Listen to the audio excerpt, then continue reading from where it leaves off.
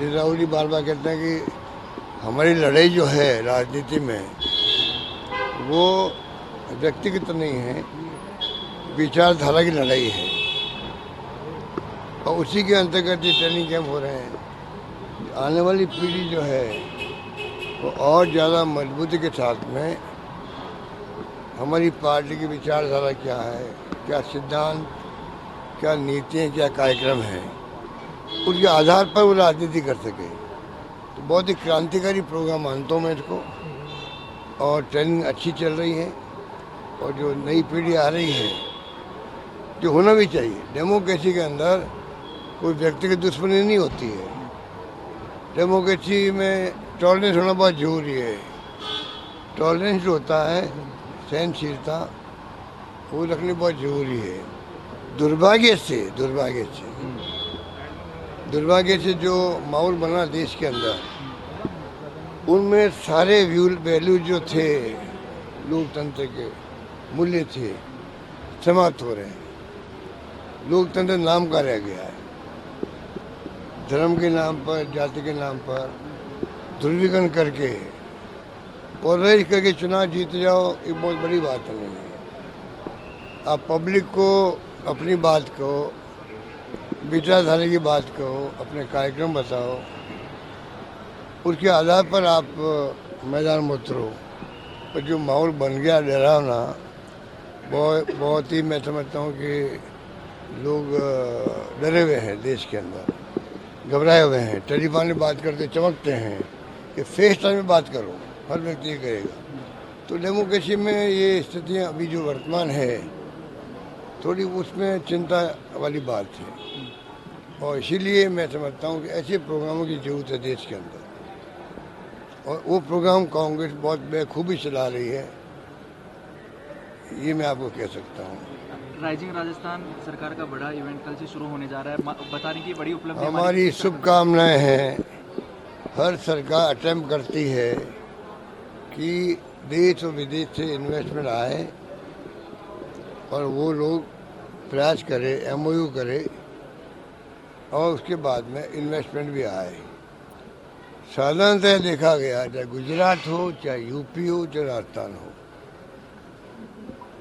जब इवेंट होती है तो बहुत प्रचार प्रसार होता है, जैसे राजस्थान में हो रहा है।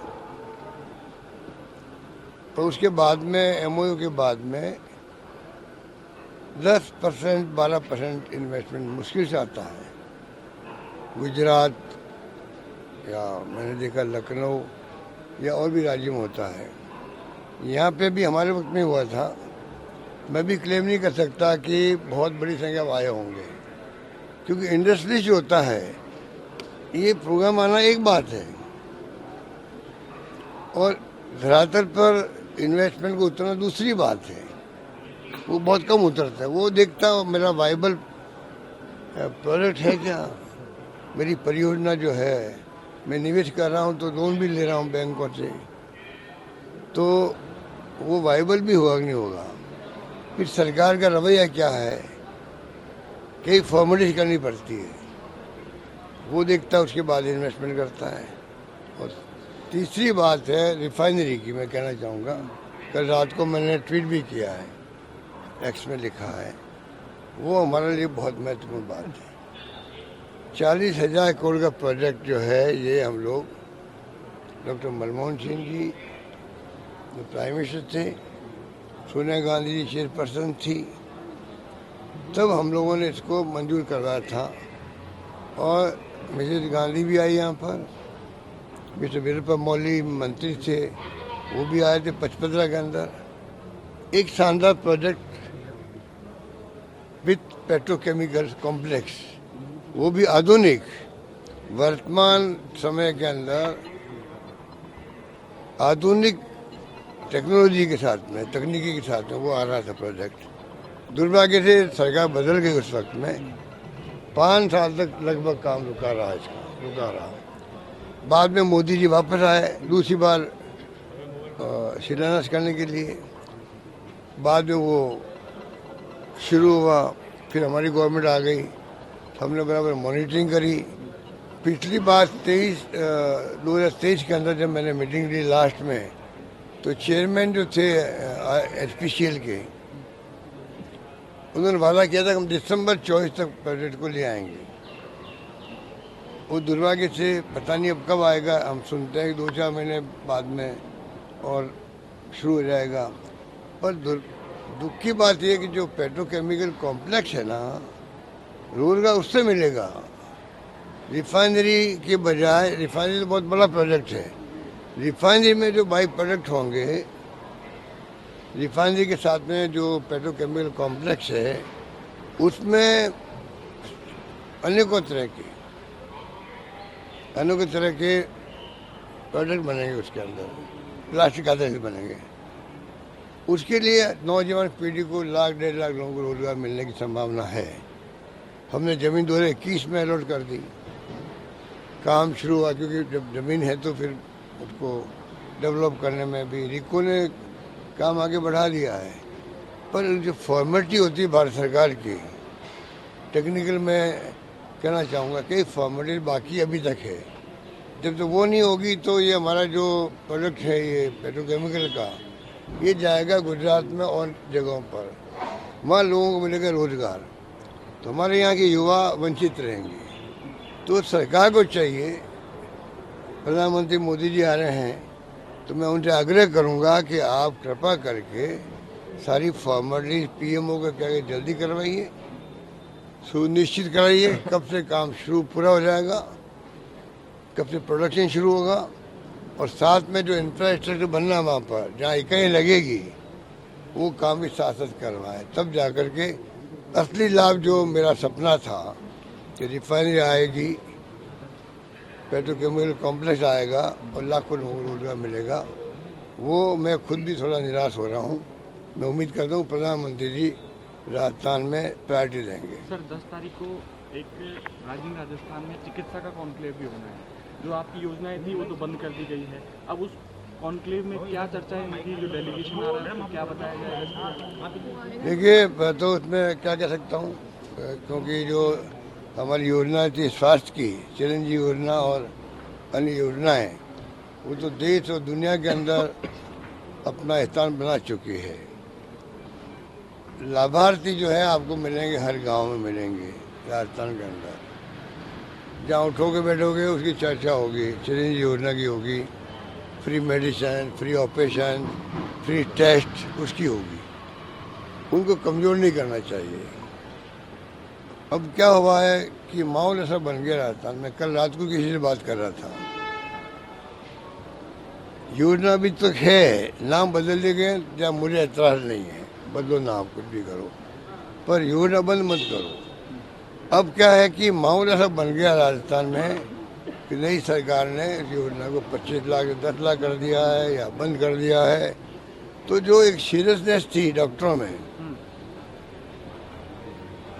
सीरियसनेस थी, एक अंकुश भी था उनके ऊपर प्राइवेट हॉस्पिटल पे, वो तमाम ख़त्म हो गए हैं। तो जनता भी उसका लाभ जिस प्रकार ले रही थी ना, उसमें रुकावट आ गई है।